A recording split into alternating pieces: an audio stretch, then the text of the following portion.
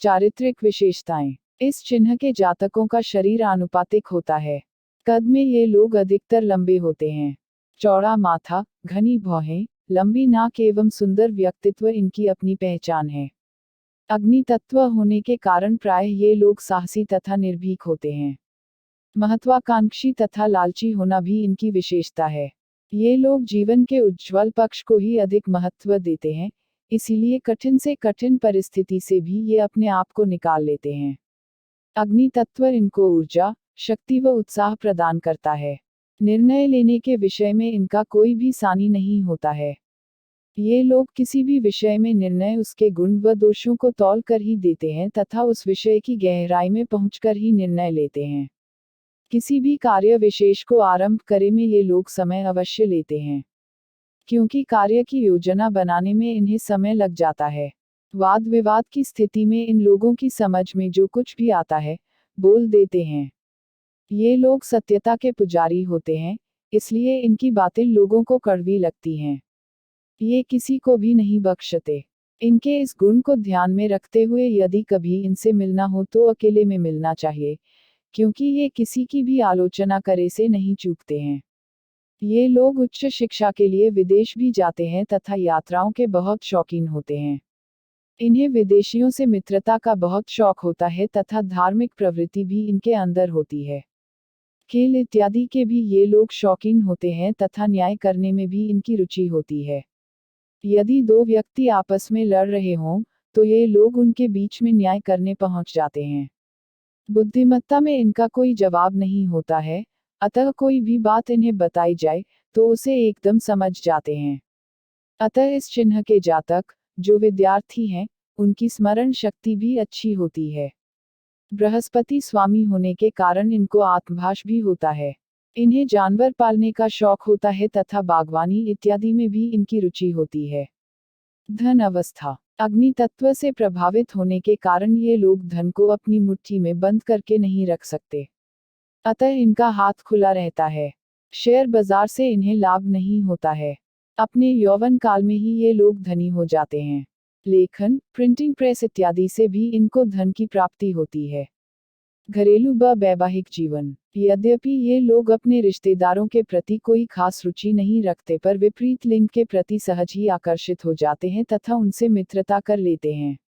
धनु चिन्ह के पुरुषों की पत्नियों को यह जानना चाहिए कि इले गुस्सा बहुत तेजी से आता है तथा कुछ ही देर में उतर भी जाता है। अतः इनकी पत्नियां इनके स्वभाव को समझ जाती हैं, तो घरेलू वातावरण में शांति रहती है। चूंकि ये लोग खेल तथा सामाजिक कार्यों के प्रति रुझान रखते हैं, अतः इनके घर वालों को लगता है कि ये घर के प्रति अधिक ध्यान नहीं रखते, इसलिए इनके अपने घर में शंकालु वातावरण बना रहता है। इनकी पत्नियों को चाहिए कि उदारतापूर्वक इनको समझें। ये प्रायः सच्चरित्र वाले होते हैं। एक पति अपनी पत्नी से जो कुछ भी चाहता है, वे सभी गुण इन महिलाओं में होते हैं। वे कभी भी अपने पति के कार्यों में व्यवधान नहीं डालती हैं। वे अपने पति को तब तक सलाह नहीं देती, जब तक उनसे विशेष रूप से पूछा नहीं जाता है, लेकिन फिर भी, बिना पति को बताए ही उनकी सहायता करती हैं। यदि इन्हें पता लग जाता है कि इनका पति कहीं गलत है, तो भी ये अपना गांभीर्य एवं शील बनाए रखती हैं। इन लोगों की संतान, बचपन में बहुत जिद्दी स्वभाव की होती है। समय के साथ साथ इनका अपनी संतान से प्रेम बढ़ता जाता है। यदि ये लोग उनकी स्वतंत्रता तथा व्यवहार पर किसी भी तरह की पाबंदी लगाते हैं, तो इनकी संतानें जिद्दी तथा हठी हो जाती हैं और तब उन्हें सही रास्ते पर लाना मुश्किल हो जाता है। अतः इन्हें अपनी संतानों को सही ढंग से नियंत्रित करना चाहिए।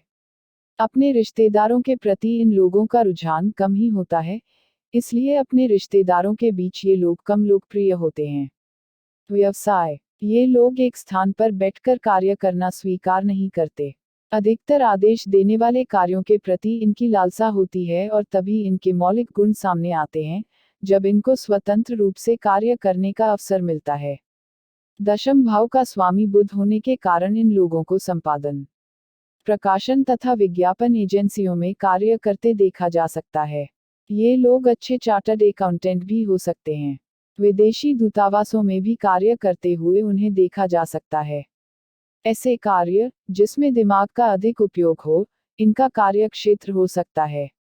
अध्यापन, इंजीनियरिंग, राजनीति इत्यादि क्षेत्र में इन लोगों के लिए अनुकूल हैं। अपने सत्य स्वभाव के कारण किसी भी कार्य क्षेत्र में इनको वांछित लोकप्रियता नहीं मिल पाती है। स्वास्थ्य व आहार। धनु चिन्ह के व्यक्तियों की जार्थे, यकृत, पीठ के निचले भागों को दर्शाता है।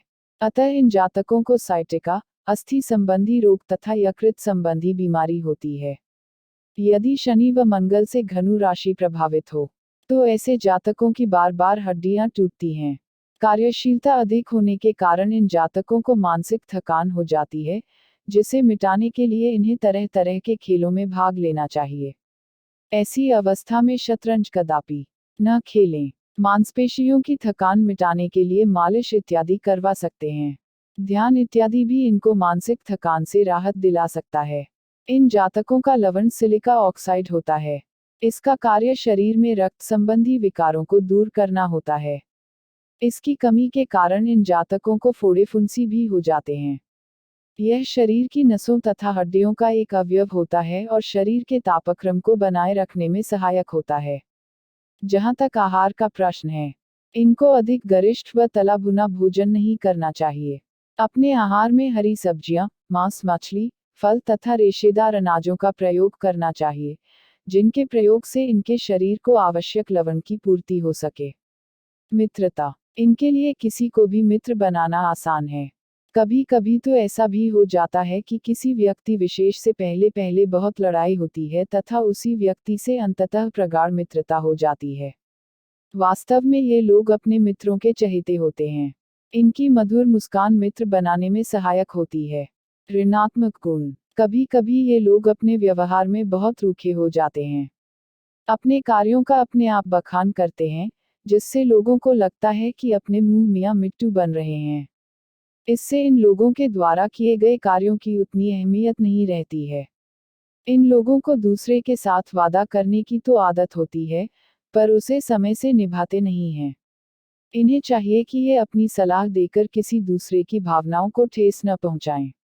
इसके लिए स्वभाव में अधिक से अधिक शील लाना आवश्यक है। इसके अतिरिक्त अपने निकटतम संबंधियों से घृणा कम करें।